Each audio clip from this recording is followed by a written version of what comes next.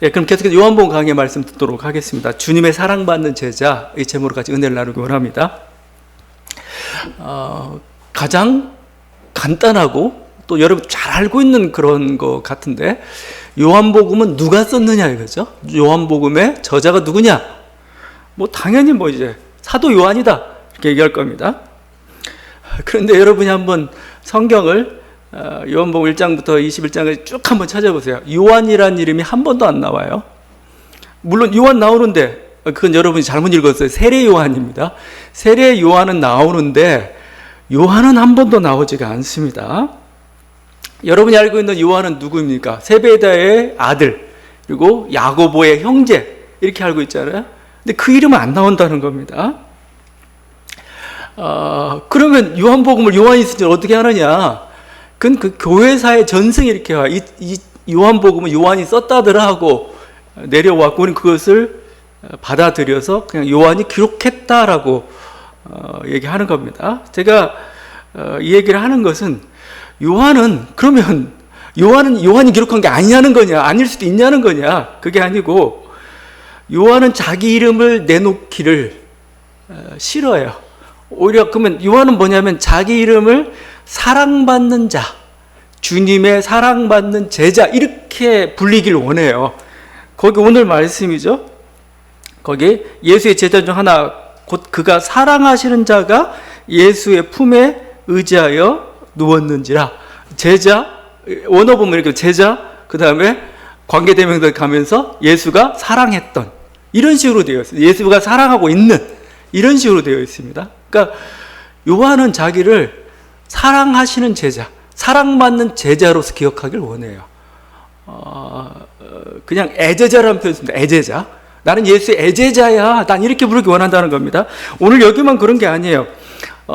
이 요한이 두 번째 나타난 장면이 있습니다. 그게 예수님이 십자가에 달려 돌아가실 때입니다. 여러분들 기억하실 겁니다. 보면은 그때 마리아하고 요한이 왔는데, 그 예수님이 이렇게 요한에게 마리아를 이제 네 어머니라면 모셔라 이렇게 하는 장면이죠. 근데 거기서 요한이라는 이름이 안 나오고 이렇게 나옵니다. 예수께서 자기의 어머니와 사랑하시는 제자가 곁에 서 있는 것을 보시고, 이렇게 나와요. 자기 어머니와 사랑하시는 제자가 있는 걸 보시고 해서 요한이란 말이 안 나오고 사랑하시는 제자라고만 나옵니다. 여기만 그런 게 아니에요. 예수님 부활하셨습니다.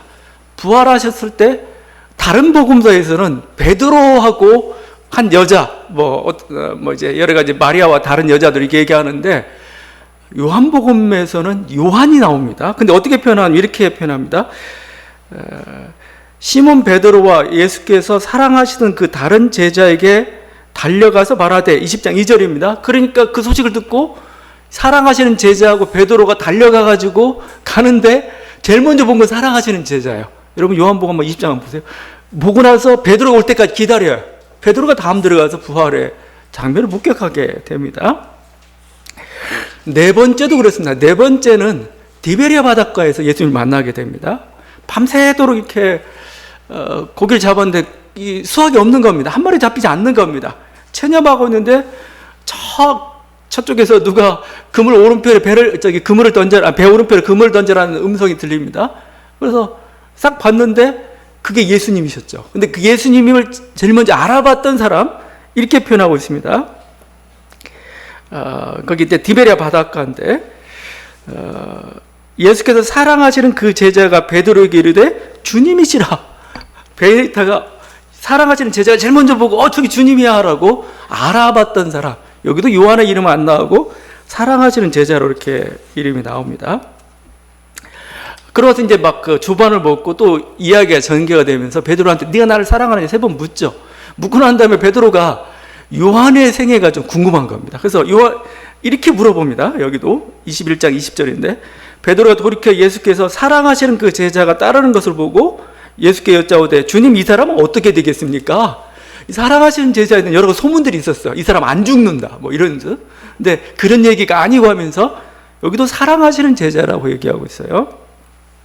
마지막에는 이 요한복음을 기록한 자가 누구냐라고 할 때 사랑받는 제자가 나오는 이렇게 얘기합니다. 이 일들을 증언하고 이 일들을 기록한 제자가 이 사람이라. 우리는 그의 증언이 참된 줄 아노라. 여기 이 사람 이렇게만 나와 있습니다. 그러니까 요한은 안 나오고 사랑하시는 제자, 사랑받는 제자로서 자기를 부르고 있어요. 그래서 어떻게 보면은 요한은 자기 이름을 잃어버린 사람입니다. 자기 이름을 생각하기를 원치 않는 사람입니다. 요한은 예수님을 만나고 예수님을 사랑하면서 뭐요? 정말 자기를 잃어버리고 자기 이름을 잃어버린 사람. 이게 그냥 저는 왜 이름을 안 밝히고 있을까? 이렇게밖에 해석이 안 돼요. 우리 한국 어떤 교회사 50년대 40년 50년대지만 그때 거인 중에 하나가 이연필 선생이 있습니다. 이분이 제가 시대가 아마 그때일 겁니다. 아마 동광원이라는 곳이 있는데 거기 수련원에 가게 되면 바위가 하나가 있습니다. 바위에 뭐라고 써 있냐면은 나는 없습니다. 그리스도만 있습니다. 나는 없습니다. 그리스도만 있습니다. 너무 감동적이었어요. 마치 지금 제가 읽는 요한은 그런 느낌이 들어요. 나는 없습니다. 오직 그리스도만 있습니다. 나의 이름은 없습니다. 오직 저는 그리스도의 사랑받았던 제자로서만 기억되기를 원합니다. 이런 모습이 보여요. 사도 바울도 그런 고백을 해요. 갈라디아 2장 20절에서 내가 그리스도와 함께 십자가에 못 박혔나니 그런즉 이제는 내가 산 것이 아니요 오직 내 안에 그리스도께서 사신다. 그러니까 내가 사는 게 아니고 난 죽어버렸습니다. 내 안에 사는 건 그리스도다. 우리도 이제 이런 존재들입니다. 소프트웨어를 다 갈아 끼운 이제 예수를 믿는다는 건 뭐냐는 거예요. 이제 예수의 인격이 나의 인격이 되는 겁니다. 그래서 나는 그동안 부족하고 나는 그동안 이렇게 뭔가 흠도 많기도 하고 그런 존재인데 그게 아니에요. 왜냐하면 예수의 인격 이게 바로 나의 인격이 됐기 때문에 우리의 인격이라는 것은 정말 하나님께 받을 만한 것이고 또 뭐죠? 우리가 가지고 있던 온갖 더럽고 버리고 싶은 성격 같은 게 있잖아요. 근데 예수 믿는다는 건 뭐예요? 결국은 이제 그 성격 버려버리고 나는 예수의 성격으로 나의 성격이 되어버린 사람들, 바로 그런 의미들이 좀 담겨져 있다고 생각합니다. 지금 이게 바로 어떻게 보면 그리스도의 우리는 아바타입니다. 그리스도의 아바타. 한 사람 한 사람을 그리스도의 사신이라고 부르기도 하죠. 그리스도의 아바타가 돼가지고 내가 하는 말이, 그러니까 여러분이 요한복음 계속 내 말이 아니요 이 말 하잖아요. 내가 하는 말 하나님 말이라고 얘기하는데 선지자들이 그런 의식을 가지고 살았습니다. 이게 내가 하는 말, 내가 하는 행동은 이건 아버지의 말이고 아버지의 뜻이고 예수님 말 똑같은 일이 지금 요한에게 좀 벌어지다고 좀 생각을 해요. 그는 죽고 그리스도 말. 그래서 요한복음을 보면 참 여러분이 이제 복음서 보다 보면은 이렇게 사람들이 이렇게 예수님 말씀 빨간색으로 칠해놓은 성경책들이 있습니다. 예수님 말씀만 빨간색으로 이렇게 칠해놓은 성경이 있는데 다 보다 보면 요한복음을 보게 되면 요한복음 온통 빨간색입니다. 지금 여러분이 13장 여기서부터 쭉 17장까지 전부 빨간색으로 다 칠해야 돼요. 물론 이제 중간에 몇 개 구절은 빠지더라도 14장부터는 말할 것도 없죠. 14장, 17장 전부 빨간색입니다. 예수의 말로만 가득한, 자기의 말은 잃어버리고 예수의 말로만 가득한, 자기의 생각은 잃어버리고 예수의 생각으로 가득한 게 요한복음이고, 이게 바로 요한의 모습입니다. 그러니까 요한은 사실 보게 되면은 12사도가 전부 다 선교 현장에 나가서 교회를 세우다가 다 순교를 당하고 맙니다. 물론 요한도 나중에 이제 순교를 당하기도 했지만 요한의 평생을 보게 되다 보면 요한은 이렇게 에베소로 이주했다고 합니다. 나중에 에베소 근처에서 요한은 어머니 마리아를 모시면서 자기 어머니가 된 거죠. 거기서 그냥 조용히 칩거했던 사람으로 보여요. 칩거하고 어떻게 보면 예수의 생애를 반추하고 돌이켜보고 그래서 여러분이 복음서를 보다 보면은 보통 마가복음 이런 게 70년대 기록이 돼요. AD 70년 정도 잡습니다. 근데 요한복음은 90년, 95년까지 얘기합니다. 요한이 거의 말년에 그가 죽을 무렵 정도에 예수님의 자기가 경험했던 예수, 자기가 알고 있는 그 예수를 다시 이렇게 기록을 하고 있는 게 바로 요한복음인 거죠. 오랫동안 묵상하고 오랫동안 생각하고, 그래서 이제는 뭐요? 그 속에서 정말 예수에게서 지푸라기 같은 건 다 사라져버리고 엑기스만 남아있는 그 말씀을 전하고 있는 게 바로 이 요한복음인 겁니다. 그래서 요한복음은 우리 보통 뭐 처음 믿을 때 초신자들한테 먼저 읽어보라고 하잖아요. 근데 어려워요. 초신자들 사실은요. 이건 사실 어느 정도 신앙이 깊어진 사람들이 읽어야 되는 거고, 여러 성경 중에서 이 동양사상하고 많이 이렇게 매칭해서 해석하려 보려는 시도가 많은 게 요한복음이에요. 왜 그러는가? 요한복음 그만큼 깊기 때문에 그렇습니다. 여러분 다른 성경을 보면 전부 예수 믿으라 밖에 없어요. 예수 믿고 선교하고 이런 것밖에 없는데, 요한복음 뭐예요? 말씀 한마디 한마디가 뭐예요? 우리가 정말 영원한 것, 정말 깊은 것을 바라보게 만들거든요. 바로 그것은 이 요한의 모습 속에서, 요한은 정말 자기 인생이 없었던 사람입니다. 자기 인생이. 그냥 예수님이 하셨던 그 말씀, 그 명령하셨던 대로 예수님의 어머니 마리아를 자기 어머니처럼 평생 모셨던 사람. 그런데 그 가운데서 뭐죠? 더욱더 예수를 깊이 발견한. 그래서 어떻게 보면 수도원 운동의 모델이 요한입니다. 사실은 수도원 운동에. 그러니까 보통 막 선교나 교회 세우는 이런 식의 운동들이 있겠지만, 또 교회 한편에는 수도원 운동이라는 게 있습니다. 수도원 운동을 통해서 더 많은 사람이 예수를 깊이 체험했고, 오히려 세상에 감동을 주는 건 뭐냐면 선교 현장보다 수도원이었어요. 수도원. 그들이 그 속에서 체험했던 어떤 그 고행과 어떤 세상의 어떤 물질과 그 세상을 다 어떤 욕심들 다 끊고 금욕의 생활했던 그것, 그 속에 경험했던 놀라운 어떤 영적인 세계, 이것들이 우리들이 얼마나 많은 감동들을 주고 있는지 몰라요. 바로 그 일을 지금 하고 있었던 거죠. 요한은 어떤 그 예수님 명령을 쫓아 어머니 마리아를 섬기면서 알았던 게 저는 사랑의 비밀이 아니었을까, 그런 생각이 들어요. 사랑. 그 예수님이 이렇게 얘기하죠. 새 계명을 너희에게 주노니 서로 사랑하라. 내가 너희를 사랑한 것 같이 너희도 서로 사랑하라. 34절 말씀이죠. 주님께서 유일하게 준 계명이 사랑이고, 그건 하나님을 향한 사랑이고 서로를 향한 사랑이기도 하고 세상을 향한 사랑이기도 하고 그렇습니다. 이 서로 사랑이라는 걸 주셨는데, 어떻게 보면 하나님이 인간에게 주고 싶은 게 뭐냐면 이 사랑이었어요. 사랑하는 것. 왜냐하면 사랑해서 나는 여기 왔고, 이거죠. 예수님이 그 사랑의 연합의 극치가 뭐냐면 결국 저는 하나됨이라는 단어라고, 하나됨. 그러니까 여러분 요한복음 읽으면서 막 혼동될 때가 많아요. 예수의 말인지 하나님의 말인지.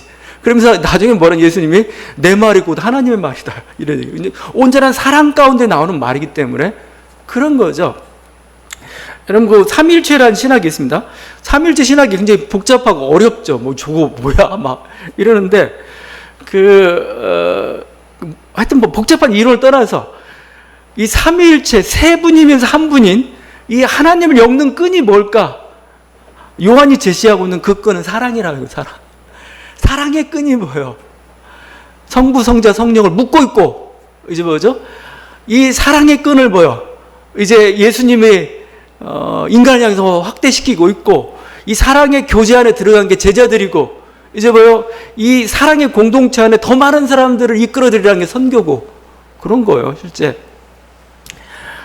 이게 모든 핵심적인 사랑의 비밀이 바로 여기에, 사랑이 바로 그 핵심인 거죠. 그러니까 요한은 뭐요? 자기 그 어머니 마리아를 통해서 그것을 경험했는지 모르겠어요. 새로 자기가 모신 그 과정을 통해서 사랑의 힘을 깨달았는지 모르겠지만 사랑을 훈련받았던 것도 있을 수가 있죠. 그래서 그런지 사랑. 그래서 그 사도들이 사랑하는 자요. 아예 요한 1서에서는 하나님의 이름을 사랑이라고 불러요. 하나님은 사랑이시라. 하나님은 사랑이시라 이렇게 얘기하고 있죠. 온전한 일치를 이루고 있고, 그래서 그 가운데서 자기 이름을 잃어버렸고, 자기는 오직 하나님의 사랑받았던 자, 또 사랑받고 있는 자가 되기를 원하고, 또 뭐죠? 우리들도 그렇게 되기를 원하는 겁니다. 그러니까 사실은 그래서 이 사랑받는 자 이름 앞에 내 이름을 집어넣을 수도 있어요. 예수의 품에 있던 자는 바로 나였습니다. 왜냐하면 똑같은 사랑을 나는 예수를 향해 가지고 있거든요. 그 사랑을 가지고 있다면 나는 십자가 밑에도 부활의 현장에도 나의 삶의 현장 속에서도 주님의 명령을 순종하는 그 현장 속에서도 나는 있었고 예수와 함께 있었다고 고백을 할 수가 있는 거죠. 바로 그 고백들을 하고 있습니다. 그게 가장 잘 표현되고 있는 게 이 최후의 만찬석상에서의 요한의 모습입니다.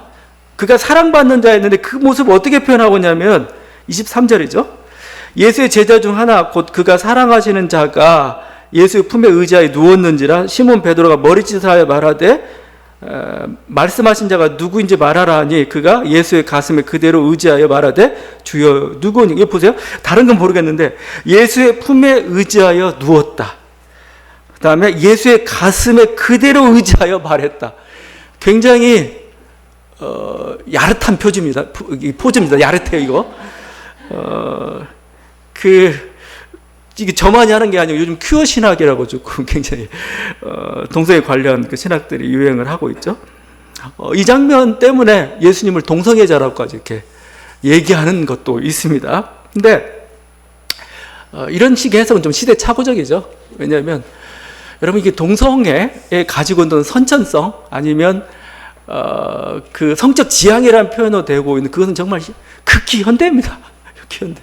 정말 1960년대 이후 서구 사회는 우리 사회는 2000년대 이후부터 조금씩 동성애라는 게 선천성 문제와 관련해서 이렇게 언급될 수 있겠구나 그런 의식도 조금 들어오기 시작했고 2000년대 고대 사회에서는 동성애는 그냥 그러니까 우리가 정상이 아니다 이런 식으로까지 취급을 받았던 그 시대예요.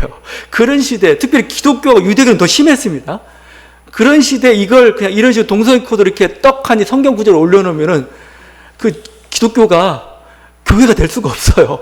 선교할 수도 없습니다. 약간 시대착오적이라는 제가 그런데 그런데 지금 왜 지금 이 장면이 나오고 있는가를 제가 지난 시간에 한번 좀 설명을 좀 했습니다. 지난 시간에 이건 그 유대인들이 식사하는 법을 좀 우리가 연상하면 좀 생각하면 좀 어느 정도 답이 나올 수가 있습니다. 여러분들은 식사는 항상 테이블 놓고 서로 마주 앉듯이 아니면 레오나르도 다빈치처럼 최후의 만찬처럼 일렬로 앉아서 먹고 이런 그림을 그리고 있는데 유대식 식사는 그런 식사가 아니에요. 한쪽을 딱 비스듬히 보통 왼편으로 이렇게 기대고 이렇게 비스듬히 이렇게 약간 반 눕는 식으로 이렇게 누운 상태에서 오른손으로 떡을 집어 먹습니다. 먹을 걸 이제 음식을 먹는 형태죠. 근데 넓으면 테이블 하나씩 이렇게 아니면 넓으면 이렇게 널널하게 앉을 수 있겠지만 공간이 좁잖아요. 공간이 좁은데 그런 식으로 식사하려면 어떻게 돼요? 포기할 수밖에 없어요. 이렇게 서로. 그러니까 여러분이 그 그림 한번 찾아보게 되면 왼편으로 먹고 그다음 바로 앞살이 머리가 바로 앞에 있습니다. 이런 식 형태가 됩니다. 그 모습이 잘 보이고 있죠. 보면은 거기에 그러면서 원형이나 반원형을 이렇게 하다 보니까 제가 보건대 요한은 예수님 오른편에 앉아 있었어요. 오른편 비스듬히 누워 있었던 거죠. 그러니까 예수님 바로 앞에 있는 거죠. 눈앞에. 그러니까 가장 가까이 품에 의지해 있는 것처럼 이렇게 보입니다. 그럼 요한 앞에 누가 있었느냐? 베드로가 있었던 것 같아요. 그러니까 베드로가 머리짓 해가지고 야 누군지 이거 예수님 팔자가 누군지 알아봐 하면서 이렇게 요한한테 톱수하니까 요한이 다시 예수님 보면서 누구냐고 이렇게 물어보는 장면이 있고 그다음 예수님이 떡을 찢어 유다에게 주는데 떡을 찍어 이렇게 유다에게 줄 정도면 유다도 가까이 있어야 됩니다. 예수님이 저는 생각에 왼편이나 한 칸 건너서 있을 수도 몰라요. 그렇게 가장 가까이 있었던 그런 모습. 그러니까 이런 모습이 사실은 품에 의지하였다, 가슴에 기대어 이런 모습이 나올 수밖에 없는 그런 구조입니다. 근데 제가 이걸 하면서도 동성애식이 그건 아니다라고 얘기하고 있지만 지금 이 요한은 그걸 굳이 드러내고 있어요. 예수의 품에 있다. 예수에게 기대어 있다. 아주 가까이 있고 아주 긴밀하게 있다는 이 모습을 보여주고 싶어서 지금 얘기하고 있습니다. 저는 이걸 주목해야 보라는 겁니다. 왜냐하면 요한복음 1장에서 예수님에 대해서 이미 이렇게 설명했습니다. 아버지 품속에 있는 독생하신 하나님. 아버지 품속에 있는 독생하신 하나님이 나타내셨다라고 표현하고 있어요. 하나님은 어떤 분으로 표현하면 하나님 품속에 있었던 분, 저는 이게 사랑이라고 합니다. 사랑. 그와 같이 마찬가지로 나는 뭐요? 예수님 품속에 있는 자다. 예수님 품속. 예수의 품속에 있는 자로서 가장 가까이, 가장 고난의 현장, 영광의 현장에 같이 있었던 사람, 지금은 나를 잃어버린 사람, 그리고 예수만 있는 사람, 그 모습을 저는 여기서 형성화시켰다고 보고 있습니다. 근데 그 형성화시키는데 이게 어느 정도 수준까지 가냐면은 마치 부부간의 육체적 연합까지 느낄 수 있는 그 정도 깊이의 사랑을 얘기하고 있어요. 이게 약간, 이게 오해의 소지도 있겠지만, 어떤 그 부부의 어떤 육체적 결합까지도 연상시킬 수 있는 정도의 사랑. 그냥 사랑은 그냥 말로만의 사랑, 뭐 관념적인 사랑, 이념적인 사랑, 뭐 이렇게 될 수 있는 그런 사랑 정도가 아니고 정말 긴밀한 사랑을 지금 요한은 이렇게밖에 표현을 못 하는 겁니다. 이렇게. 마치 한 부부가 된 것 같은 그 사랑, 그 주님을 사랑하는 것. 제가 이렇게 얘기하는 것은 단순히 제 혼자만의 묵상이 아니고 이게 중세 수도원에서 있었던 일이에요. 중세 수도원에서 여러분 저는 이렇게 절벽 수도사들, 절벽 수도사라고 그래? 지금 명칭이 좀 헷갈리는데, 이 절벽 같은데, 동굴이 하나가 파있고, 거기서 평생도록 그냥 혼자 성경책 하나 들고, 거기서 사는 사람들이 있습니다. 수도원, 제자들이 먹을 걸 밧줄로 이렇게 올려 보내줘요. 저기 예루살렘 근처에 가면 그런 수도원이 있습니다. 올려 보내주다가 어느 날 갑자기 더 이상 음식이 안 올라와요? 죽은 겁니다. 그러면은 제자가 올라가 그 시신을 처리하고 자기가 또 올라가요. 평생 동안 동굴에서만 인터넷도 안 되고 스마트폰도 없는 그곳에서 어떻게 지루하게 지낼 수가 있느냐? 사랑입니다. 이런 사랑이 없다면, 신비적 어떤 체험이 없다면은 그건 못하는 거예요. 그걸 어떻게 그걸 가능하게 하겠습니까? 실제 이 이론을 펼쳤던 사람이 있습니다. 16세기에 아빌라의 테레사가 있습니다. 테레사 수녀가 기도의 단계를 얘기했어요. 기도의 단계를 얘기하는데 7단계를 얘기하면서 그 마지막 단계 완성을 신비적 결혼이라는 표현을 씁니다. 신비적 결혼. 마치 부부관계에 맞듯이 신자와 예수님 사이의 신비적 결혼의 단계를 이렇게 표현합니다. 우리 주님은 이미 신부로 삼으신 영혼을 당신이 그리워해서 못 견디고 못 견딘 일을 어여삐 여기셔서 영성적 결혼이 끝나기 전에 그 영혼을 당신의 밀실, 즉 제7궁방에 들어가게 하신다. 말하자면 저 하늘에 당신의 궁실을 가지신 것처럼 영혼 아래도 하나님 홀로 계시는 궁실은 또 하나의 다른 하늘을 가지시는 셈이다. 우리 영혼을 뭐라고 하냐면 궁방으로 표현해요. 궁방. 침실 같은 것으로 표현하고 있습니다. 침실. 그래서 기도의 단계라는 것은 계속 깊어져요. 뭔가 간구하는 단계, 뭔가 순종하는 단계 쭉 하다가 최고봉의 기도가 뭐냐면은 영적 결혼으로 표현하고 있습니다.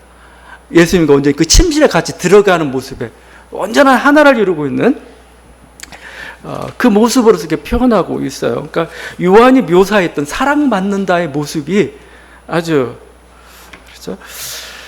그 로마에 가게 되면은 이 산타 마리아 델라 비토리아 성당, 여러분 기억 못 하겠는데 이제 코로나 끝나고 한번 가보시면은 여기에 유명한 조각상이 하나가 있습니다. 베르니니가 조각한 성녀 테레사의 범렬인데 범렬이가 좀 희한해 보이죠? 영어로는 엑스타시라고 해요. 엑스타시. 유명한 작품이 있는데 뭐냐면 테레사 수녀가 아벨라의 테레사죠. 하나님을 만나는 장면이 있어요. 자기 이제 경험과 그 그림도 굉장히 유명한 그림으로 있습니다. 근데 이 베르니가 형상할 때 어떻게 했냐면 이 천사가 화살창 같은 걸 들고 가슴을 찔리려고 합니다. 이렇게 막 죽이는 식으로 막 찔리는 식으로 하는데 그게 이제 테레사 수녀가 이렇게 넘어져가 이렇게 막 있는데 그 표정이 엑스타시입니다. 그냥 황홀경에 빠진 듯한 그죠? 그런 표정을, 이게 성적인 황홀경 들어갈 수가 있는 겁니다. 그 표정을 짓고 있는 모습으로 조각상을 해놨고 사람들이 가서 이제 그 표정, 그 사진 찍으려고 저도 막 갔는데 마침 예배를 드리고 있더라고요. 예배를 드려가지고 도무지 그 사진을 못 찍히고 있는 거야. 이렇게 저기 있는데 바로 재단 옆에 있는데 지금 이제 거의 마지막 날인 게 공항 가야 되는데 제가 어떻게 했습니까? 그냥 예배하는 데도 불구하고 가서 막 찍고 왔어요. 사진을. 그 표정을 찍어야 돼, 그 표정을. 제가 하여튼 그 유명한 그 얼굴이 그러니까 약간 부부, 그러니까 하나님과의 만남을, 그러니까 우리가 그냥 사랑 정도만이 아니고, 저는 이게 일반 세상도 있다고 봐요. 왜냐하면 그 한용운 그 선생의 님의 침묵도 보세요. 조국이 님이 돼서 님은 같습니다. 사랑한 나의 님은 같습니다. 조국이라고 하잖아요. 조국이 바로 자기 사랑하는 애인이 되고 있잖아요. 그처럼 예수가 그렇게 사랑하는 사람, 그래야 예수 믿는 맛이 있죠. 왜냐면 막 맨날 예수 믿는다고 하면서 뭐 이렇게 저렇게 해가지고 뭐 잘못하면 뭐 때릴 것 같고, 그건 예수 믿는 것도 아니고, 그건 사랑하는 것도 아니고 두려워서 믿는 거잖아요. 그런 예수를 어떻게 믿어요? 그게 아니고 정말 사랑해서 좋아서 그래야 되는데, 이게 진정한 모습이죠. 정말 사랑이 어느 정도 극치가 되는 건가? 저는 우리 한국에 또 한 분을 또 소개해 보려고 합니다. 오히려 이런 식을 통해서 보는 게 우리가 더 이 요한복음의 메시지, 왜 자기를 사랑받는 자로서 얘기하고 있는지 그 의미가 더 드러나기 때문에 그렇습니다. 이용도 목사 좀 얘기 좀 하려. 저는 이용도 목사가 한국의 요한이라고 생각해요. 요한복음 그대로 극치를 그대로 실현한 사람, 그런 처럼 봅니다. 이용도 목사는 감리교 목사죠. 1930년대 위대한 부흥사였습니다. 나중에 그때는 막 교회에 대한 비판도 심하고 너무 고난 신비주의로 빠지고 막 거기가 막 기도하고 막 사람들 울부짖고 막 이렇게 해가지고 이단으로 정죄가 됐는데 1990년대 감리교 다시 복권이 됐습니다. 이단이 아니라고. 근데 이 사람은 정말 예수에 미친 사람이에요. 예수에 미친. 항상 우리가 미쳤다는 말을 많이 쓰는데 이 사람이 먼저 쓴 것 같아요. 하여간 미치자, 크게 미치자, 예수에 미치자, 이랬던 사람입니다. 그래서 계속 예수처럼 살려고 하고 예수를 사랑했던 사람이고, 그에 부흥해 가게 되면 항상 뭐 정말 기도에 눈물바다입니다. 항상 막 성령의 은사도 나타나기도 하고 고난도 강조하고 금욕도 강조하고. 근데 이 사람은 또 묘해요. 이 사람이 1933년에 죽었는데 나이 33이에요. 33세 예수님처럼 죽었습니다. 참 묘하게 1901년도에 태어나가지고 1933년에 또 죽음을 맞이했습니다. 근데 이 사람의 호가 있습니다. 호가 시무원이에요. 시무원. 오를 시자 써가지고 무 없을 무. 침묵하는 게 옳다.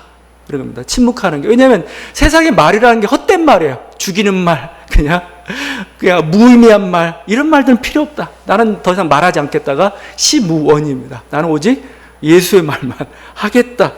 이것도 좀 요한과 좀 비슷하죠. 교회사학자 민경배 씨가 이용도 이 사람을 이 그리스도 중심적 신비주의라는 표현을 써요. 그리스도 중심적 신비주의 하면서 어떻게 표현했냐면, 예수에 대한 사랑의 강조가 너무 지나쳐서 성애적 뉘앙스까지 풍긴다까지 이렇게 얘기를 했어요. 이용도 목사 아가서 강해 같은 게 유명합니다. 아가서는 그냥 그리스도와 신자의 사랑 이 정도만 얘기하는데, 이 아가서에 등장하는 여인을 마치 자기처럼, 그리고 예수가 마치 거기 나오는 그 솔로몬 왕처럼 이런 식으로 표현해. 거기 일기입니다. 그게 일기 한 구절인데, 이렇게 주님은 나에게 끌리시고 나는 주님에게 끌려 하나를 이루는 것이었습니다. 나는 주의 사랑에 삼키운 바 되고 주는 나의 신앙에 삼키운 바 되어 결국 나는 주의 사랑 안에 있고 주는 나의 신앙 안에 있게 되는 것이다. 오묘하도소이다. 하빌의 원리여, 오 나의 누나 주를 바라보자. 일심으로 주만 바라보자. 이게 자기 아가서를 묵상하면서 보겠습니다. 또 읽어보겠습니다. 오 주여, 당신의 품에 꼭 안아주시옵소서. 나는 거기서 안심하겠나이다. 세상 고통에 쪼들린 몸을 편히 쉬겠나이다. 나는 젖먹는 아이, 이제 겨우 안고 또 겨우 기는 아이라. 두 발로 다른질저 주님 앞으로 달려갈 수가 없습니다. 주님은 당신의 품에 저를 꼭 껴안으시고 나는 그 품에 꼭 안겼습니다. 이런 식으로 마치 그냥 단순한 사랑이 아니고 마치 요한이 얘기하고 있는 그 모습을 보면서 정말 이게 주님을 향한 사랑이라는 게 어느 정도인가. 요새는 이런 사랑 얘기가 참 어려운 시대가 되어버렸어요. 그만큼 진한 사랑을 나눈다는 게 참 어려운 시대. 그건 남녀 간에도 그렇고 뭔가 이렇게 하나님과 인간 속에서도, 그러니까 왜냐하면 자기 계산이 빨라진 시대예요. 자기 계산이 빨라진 시기. 사랑이란 건 완전히 자기를 던져야 들어갈 수 있는 건데 그 정도 할 수 있을까? 근데 우리 1900 일제시대 아니면 이 근대화 초기에 우리 신앙 선배들은 그런 사랑을 정말 했어요. 모든 걸 다 나는 예수만 사랑하겠습니다. 이렇게 나아갔던 사람. 그래서 사람들의 감동을 주고 그래서 정말 메시지가 살아남아있던 그런 시대죠. 근데 요즘 시대는 너무 자기 중심적이고 또 정말 물질 중심적이 되어버리고 맞죠? 이용도 목사가 현대교회의 타락에 대해서 그때 현대교회라고 할 때는 그 당시 1930년대 교회입니다. 30년대 교회가 타락했다면서 이렇게 얘기해요. 현대의 교회는 괴이한 예수를 요구하며 현대의 교회는 괴이한 예수를 전한다. 참 예수가 오시면 곧 피살될 수밖에 없다. 참 예수는 저희들이 죽여버리고 말았구나. 그리고 죄의 요구대로 마귀를 예수와 같이 가장하여 선전하는구나. 화했을진저 현대 교회여, 저희가 요구하는 예수는 육의 예수, 영광의 예수, 부귀의 예수, 높아짐의 예수였고 진짜 예수는 영의 예수, 비천함의 예수, 가난의 예수, 낮아짐의 예수였느니라. 그 30년대 교회를 향해서 이런 얘기했으면 오늘날의 교회를 향해서는 무슨 말 하겠어요. 정말 한심하죠. 이건 마귀의 교회다까지 얘기할 수 있을 정도. 30년대 교회는 가난했잖아요. 그거 30년대에 뭐가 볼품이 있었나요? 그렇게 가난한 교회를 향해서 또 이렇게 타락한 교회예요 막 했는데 지금 2000년대 우리 한국 교회를 바라보면서 이건 도무지 말도 안, 이건 교회 아니야라고 이렇게 해버렸어요. 이건 완전히 부귀, 여기 뭐 육의 예수, 영광의 예수, 부귀의 예수, 높아짐의 예수는 가짜 예수라는 겁니다. 진짜 예수는 뭐냐? 영의 예수, 비천함의 예수, 가난의 예수, 낮아짐의 예수. 지금 요한이 전하고 있는 게 바로 영의 예수입니다. 자꾸 얘기하는 게. 니네 성만찬 떡 먹으면 아무 소용없어. 그 물질 먹어서 뭐 할래? 이거죠? 요한이 하는 얘기가 뭐 예수를 먹어야지 정말. 예수를 사랑해야지. 그게 진짜 성만찬에 참여하는 거야. 아무리 세례 받아봤자 소용없어. 네가 성령으로 세례 받지 않으면은 지금 요한복음 일관된 그런 메시지들인 거죠. 영의 예수를 지금 전하고 있는 것이죠. 다시 한번 이 요한의 메시지에 우리가 좀 귀를 기울일 수 있기를 바랍니다. 우리가 영적이라는 표현이 있어요. 영적이라는 표현은 영적인 표현이란 말이 좀 복잡한 그걸 생각하지 말고 반대의 개념을 더 생각해야 됩니다. 영적이란 말은 물질적이 아니라는 뜻이에요. 세속적이 아니라는 뜻입니다. 영적이란 말은 일시적이고 덧없는 게 아니라는 겁니다. 영적이라는 것은 그림자가 아니라는 겁니다. 영적이라는 것은 뭐예요? 진짜 영원한 것, 흔들리지 않는 것, 진짜를 얘기하는 겁니다. 마치 우리는 그림자의 세계 속에서 우리 욕망이라는 게 사실은 뭔가 막 가득 채우면 마치 행복할 것처럼 그걸 그림자라고 표현합니다. 근데 요한은 거기에 행복이 없다고 얘기합니다. 거기에 행복이 없는 거. 예수를 채워야 너희가 진정한 행복이 있다. 진정한 생명은 바로 거기에 있다라고 얘기하고 있는 거예요. 근데 너희는 생명을 자꾸 성장과 아니면 수와 어떤 성공과 자꾸 뭔가 확대와 여기서 자꾸 찾으려 하는데 오히려 거기에는 어떤 허탈함이 있을 거고 그건 마치 이게 모래를 소나기에 쥐는 것과 같고 바람에 나는 안개와 같은 그런 것일 뿐이다라는 게 바로 요한의 선언이고 다시 한번 우리가 진정한 것, 영적인 것, 영원한 것을 바라볼 수 있기를 바랍니다. 요한은 그게 사랑이라고 말씀하고 있습니다. 하나님을 사랑하는 것, 곁에 있는 형제자매를 사랑하는 것, 이웃을 사랑하는 것, 이것만이 영원하다. 이것이 우리에게 온전한 생명을 가져야 된다고 말씀하고 있습니다. 이 은혜가 있는 저와 여러분에게 바랍니다. 기도하시겠습니다.